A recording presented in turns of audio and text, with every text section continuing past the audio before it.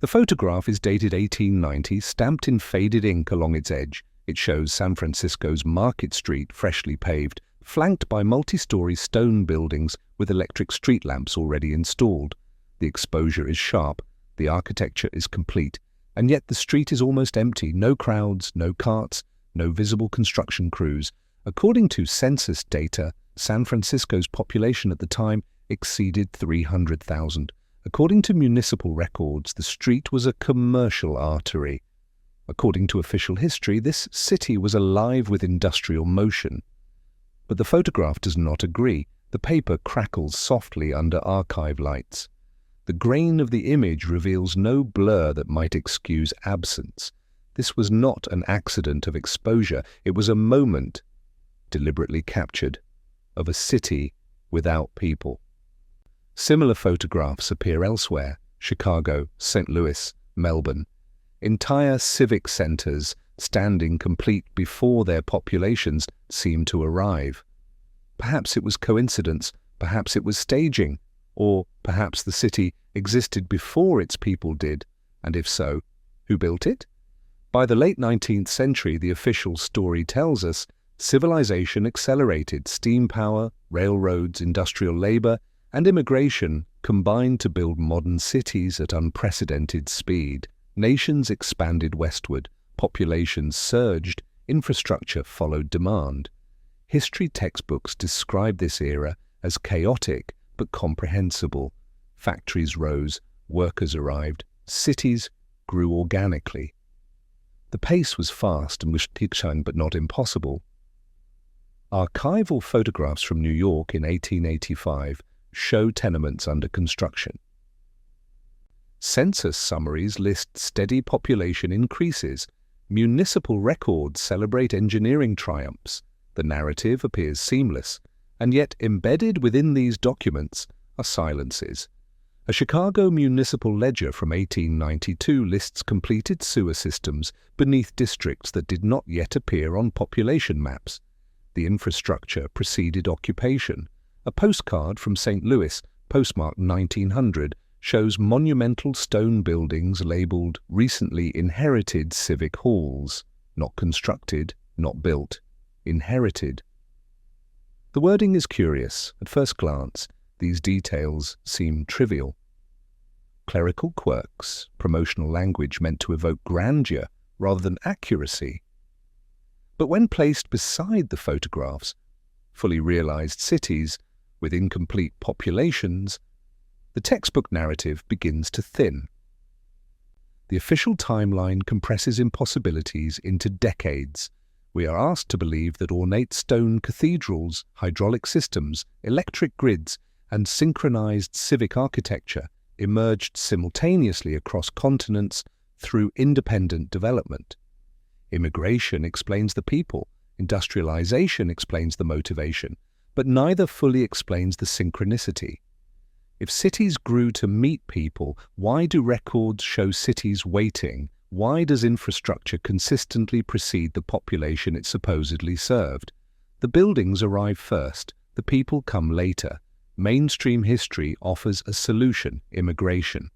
Between 1880 and 1920, over 20 million immigrants entered the United States.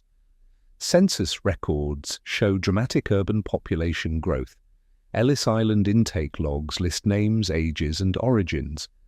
Steamship manifests overflow with arrivals. Entire neighborhoods are attributed to waves of newcomers. The explanation appears complete. Cities grew because people came, but closer inspection reveals gaps. Large percentages of census entries from the 1890s list birthplace as unknown or unspecified. In some cities, population jumps exceed housing capacity, already documented as complete years earlier. Chicago's population nearly doubles between 1890 and 1900, yet photographs from the 1893 World's Columbian Exposition show infrastructure on a scale that presumes prior occupancy. The White City, as it was called, featured over 200 buildings with advanced electrical systems, hydraulic fountains, and monumental neoclassical architecture, constructed, officially, in just 2 years. Immigration explains arrivals. It does not explain readiness. Census data from other cities reveals similar patterns. In Denver, population records show a surge of 100,000 residents between 1880 and 1890, yet the city's grand civic buildings, the state capitol, the courthouse, the opera house, were already completed or under advanced construction by 1883. The infrastructure anticipated the people. Perhaps city planners were remarkably prescient. Perhaps they built speculatively, gambling on future growth, or perhaps they were completing what was already there. Immigration fills space. It does not explain who prepared it. The ledger records arrivals. The stonework records something older. Engineering histories describe astonishing feats. Bridges spanning rivers, railroads piercing mountains, cathedrals rising in decades. Official timelines insist it was difficult, but possible. Yet construction records for buildings like the Philadelphia City Hall, completed in 1901, reveal contradictions. The structure took 30 years to finish, yet foundation stones suggest techniques inconsistent with contemporary tools. Granite blocks weigh tens of tons, precision cuts rival modern machining, ornamental details, carved faces, botanical motifs, geometric patterns, cover every surface with a consistency that implies either vast coordinated labor forces or pre-existing templates. Photographs taken during the building's construction show finished ornamentation on upper floors before surrounding neighborhoods appear fully inhabited. The scaffolding frames completion, not creation. Even the language shifts. Period newspapers frequently use phrases like restored, completed, or reclaimed rather than built. An 1889 article from the St. Louis Post-Dispatch describes the city's new courthouse as reclaimed from prior grandeur. What prior grandeur? The site had officially been vacant. Similar phrasing appears in records from other cities. A dedication speech for the Michigan State Capitol in 1879 refers to the building as returned to the people. Returned from whom? Perhaps this was metaphor. Politicians favored grandiose language. Public speeches leaned toward poetic exaggeration. Or perhaps the language remembers something the timeline forgot. Progress assumes beginnings. Restoration implies inheritance.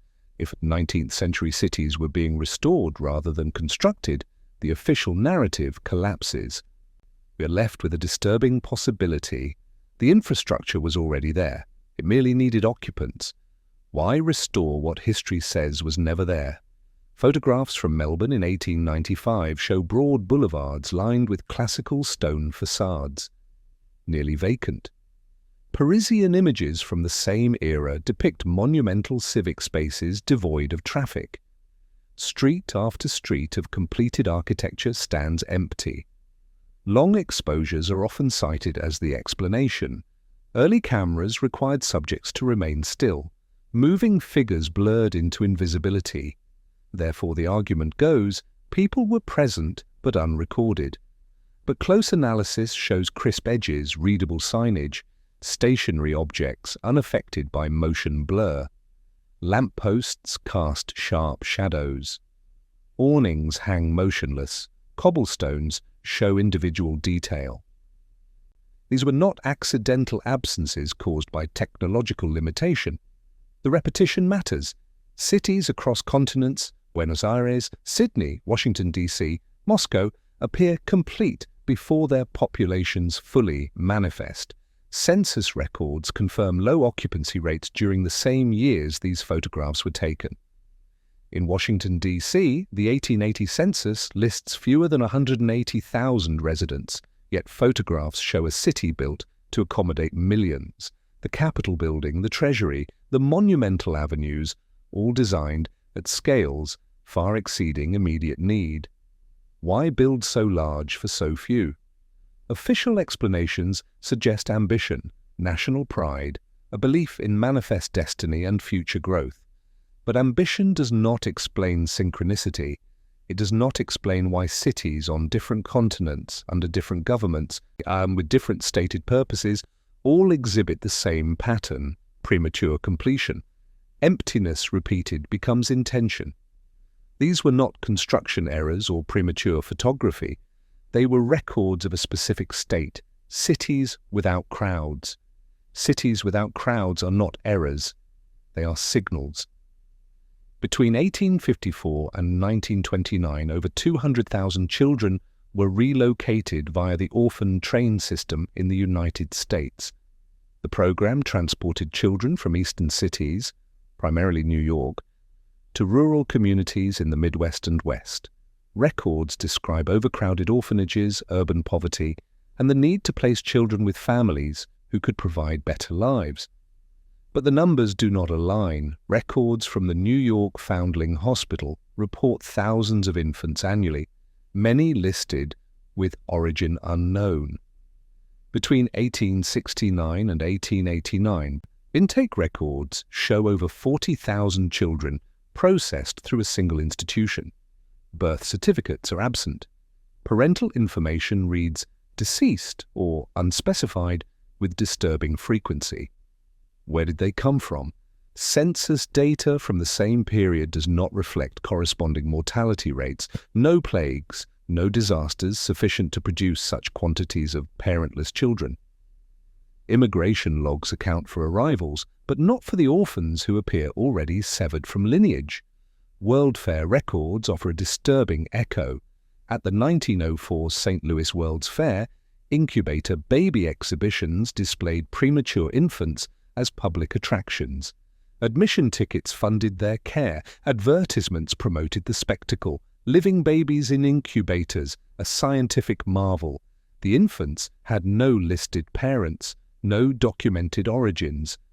They were displayed, then redistributed. Children without lineage, children without records, children displayed, transported, redistributed like inventory. Official history frames this as charity, progressive reform addressing urban overcrowding. But if the cities were already built, if the infrastructure preceded the population, then perhaps the orphans were not overflow, perhaps they were repopulation. Orphans are history without anchors. A population appears already detached from its past. Census enumerators frequently appended marginal notes: data unreliable, district incomplete, population adjusted. The 1880 U.S. Census reveals striking discontinuities. Certain rural regions report sudden declines, followed by urban surges elsewhere. No corresponding mortality events are recorded, no natural disasters. No documented migrations. Populations vanish from one ledger and reappear in another, without migration trails. In Missouri, several counties show population drops exceeding 20% between 1870 and 1880, while St. Louis experiences simultaneous growth. Yet steamship records and railroad manifests do not reflect mass internal migration. The people simply relocate in the data. Statistical smoothing conceals discontinuity. Adjustments are made. Footnotes explain discrepancies as clerical errors or boundary changes, but the pattern persists across states, across decades. European census records show similar gaps. Rural depopulation in England and France during the 1880s coincides with urban expansion, yet the numbers exceed documented rural-to-urban migration. People leave the countryside, cities grow. The connection is assumed, not proven. Where did they go between ledgers? Perhaps they did not move, perhaps they were recategorized. Populations consolidated, records adjusted to fit a narrative of growth and progress. If civilization had reset, now if populations were being reintroduced rather than naturally growing, census data would be the first place to conceal the seam. Official records depend on continuity. Breaks in population data threaten legitimacy. So the numbers are massaged, smoothed, made to appear gradual, but the marginal notes remain. The adjustments persist. Someone noticed the gaps and wrote them down. Even if the explanations offered do not fully convince, people do not evaporate unless history helps them. Cathedrals, capitol buildings, railway terminals, and all share a striking consistency in style and scale across continents. The neoclassical revival, they call it. A return to Greek and Roman principles disseminated through architectural schools and pattern books, but the timeline compresses impossibly. The Michigan state capitol, completed in 1879, mirrors European structures centuries older. The U.S. Capitol in Washington, finished in phases through the 1860s, exhibits construction techniques, iron dome frameworks, precision stone cutting, ornamental plasterwork, that required skilled labor forces numbering in the thousands. Where were they trained? Where are the apprentice works, the experimental buildings, the transitional forms? Architectural evolution typically shows gradual development. Styles emerge, adapt, evolve.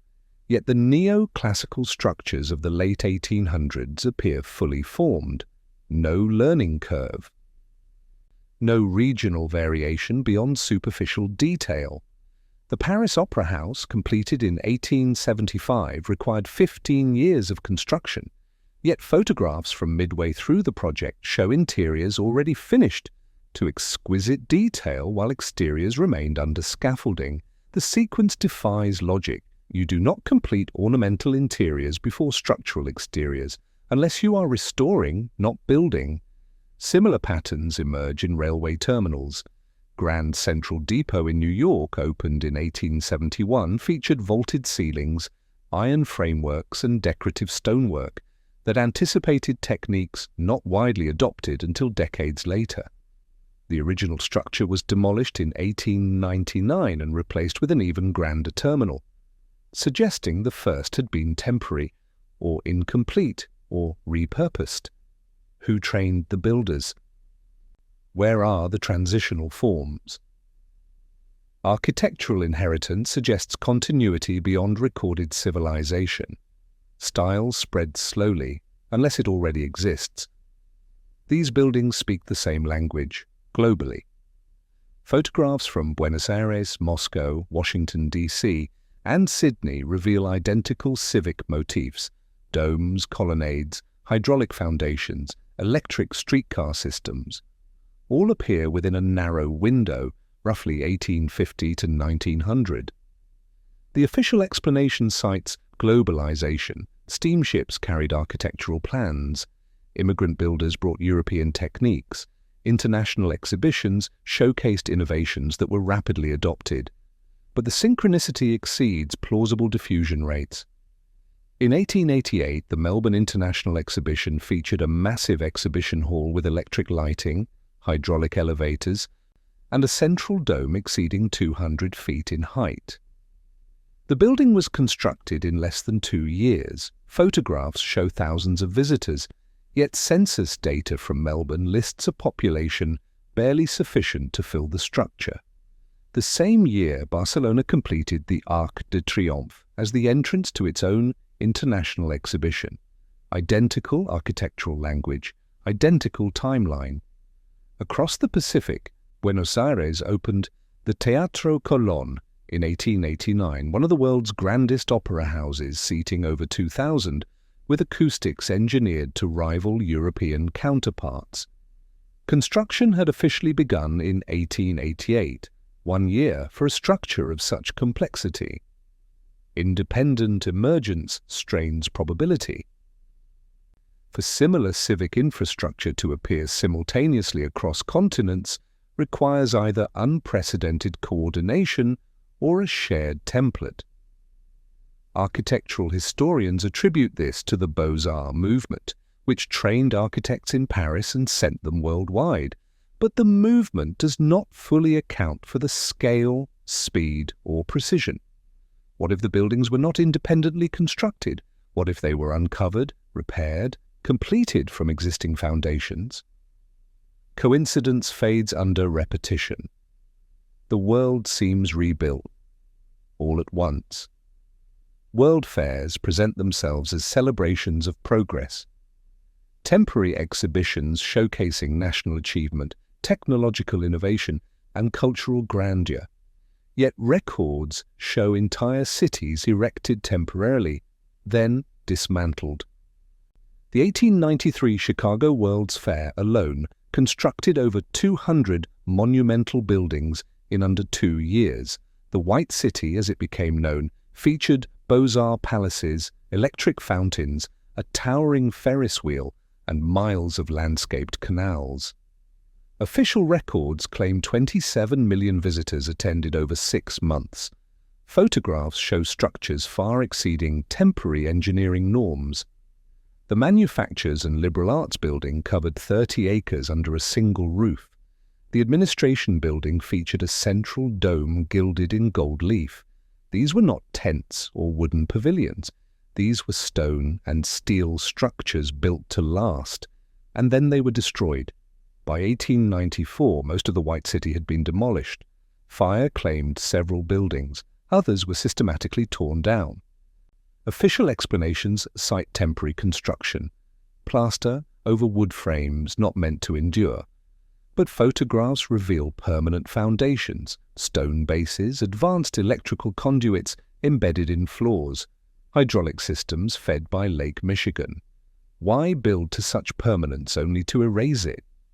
The Paris Exposition of 1889 followed a similar pattern. The Eiffel Tower remains, but the surrounding exhibition halls, equally grand, were removed.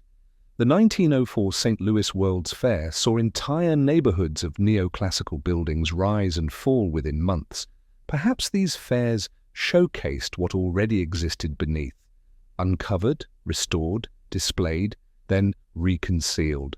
Temporary cities leave permanent questions. Why erase what impressed the world? Taken together, the anomalies suggest a possibility, a civilizational reset. Not apocalypse, but erasure. Infrastructure remains, population is reintroduced, history is rewritten to compress timelines and explain inheritance as construction. The buildings are attributed to the people who occupy them, not the civilization that preceded them. Language shifts. Records smooth gaps. Orphans fill genealogical voids. Census data adjusts to show continuity where breaks exist. If this hypothesis holds, the late 19th century was not an era of construction but of repopulation.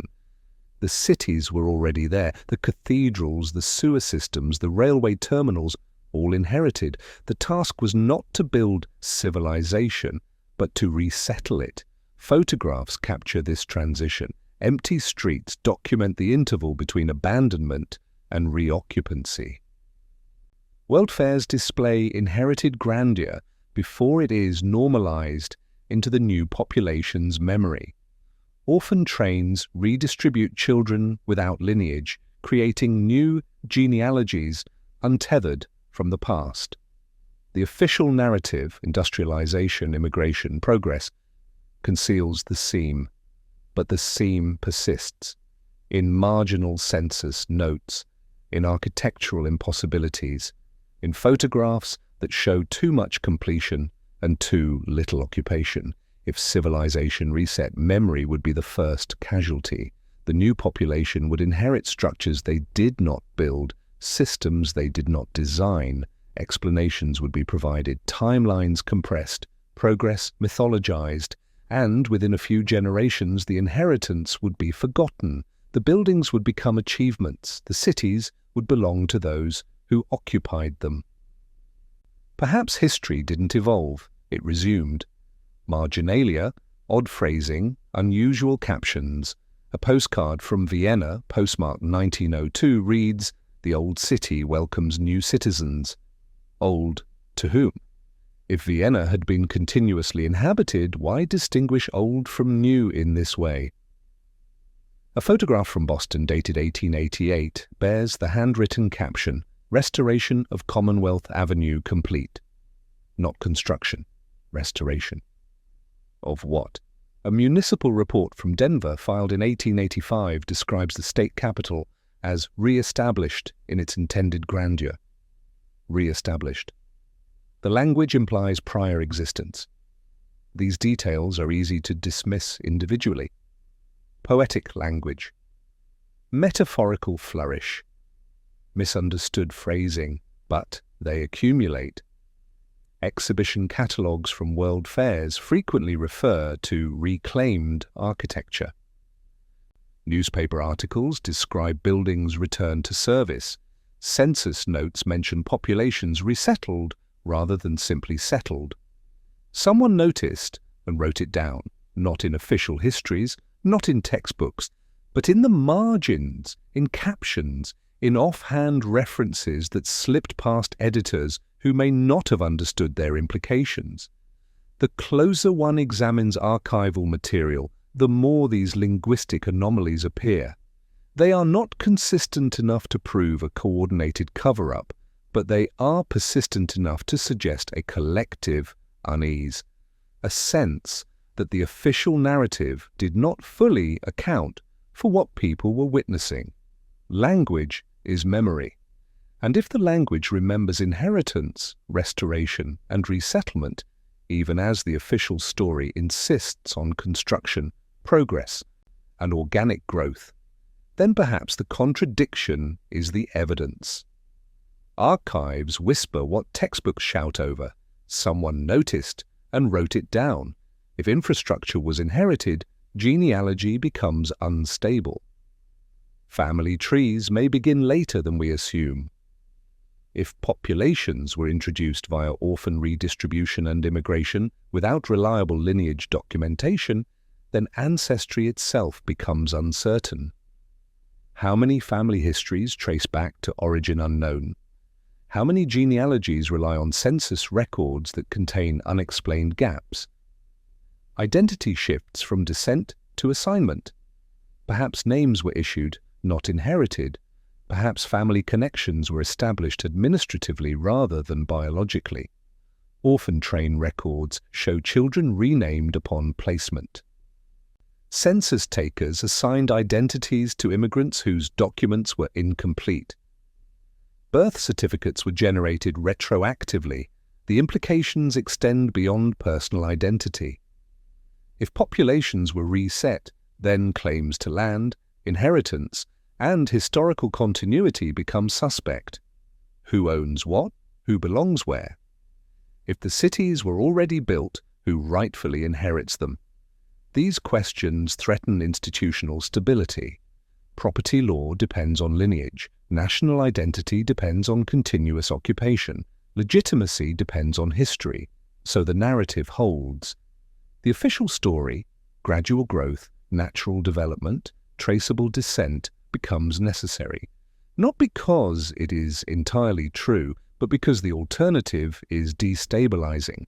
And yet the evidence persists, the photographs remain, the census gaps endure. The architectural impossibilities stand in stone and steel, undeniable. For those who investigate, the pattern becomes inescapable. We are not descended from those who built these cities. We occupy them. We inherit them. We have been issued identities that compress or erase discontinuity. What if ancestry was issued, not remembered? A name may be older than its bearer. Institutions depend on continuity. A reset undermines legitimacy. Thus, silence persists. Not through conspiracy, but through convenience. It is easier to accept the textbook version than to confront the implications of inherited civilization. Easier to believe in progress than in discontinuity. No coordinated cover-up is required, only a collective agreement not to ask certain questions, not to scrutinize photographs too closely, not to demand explanations for census gaps, not to wonder why so many civic structures appear complete before their populations arrive. Forgetting becomes structural, embedded in education, in archives, in the narratives we tell about our past. The official story provides comfort. It offers continuity. It allows us to claim our cities, our achievements, our identities, without confronting the possibility that they were given, not earned. But the cost is awareness. The cost is truth. For those who examine the evidence, who cross-reference census data with architectural timelines, who study photographs with forensic attention, who read the marginal notes and odd phrasings, The official narrative fractures. The seams become visible, and once seen, they cannot be unseen. The question then becomes personal. Do you accept the pattern, or do you return to consensus? And do you inhabit the discomfort of uncertainty, or do you retreat into the safety of accepted history? There is no institutional support for the alternative interpretation, no academic endorsement, no official validation, only the evidence and the silence. History survives by agreement. Forgetting is easier than rebuilding trust. We return to the original photograph. The empty street is no longer empty. It is waiting, waiting for people, waiting for memory, waiting for a story that begins too late. The buildings stand complete, their cornerstones already weathered. The street lamps cast shadows across pavement that shows no sign of recent construction. The architecture suggests habitation. Yet the inhabitants are absent. Perhaps they arrived later. Perhaps the photograph was taken during an unusual moment. Perhaps the official explanation suffices. Or perhaps the city existed before its people did. If civilization can be inherited, what else have we mistaken for origin? What other narratives depend on compression, on smoothing gaps, on issuing identities where dissent cannot be proven? The archive remained silent. The census records persist with their marginal notes. The photographs hang in city halls and historical societies, documenting a transition we are not meant to recognize, and the question stays open, not because evidence is lacking, but because accepting the evidence requires abandoning certainty. It requires acknowledging that we may not know our own origins, that the past may be less linear, less traceable, less continuous than we have been taught. The street is no longer empty. People walk it now. Generations have claimed it. But the photograph endures, a frozen moment between worlds. Who built these cities, and for whom? The investigation continues, the pattern persists, the silence deepens.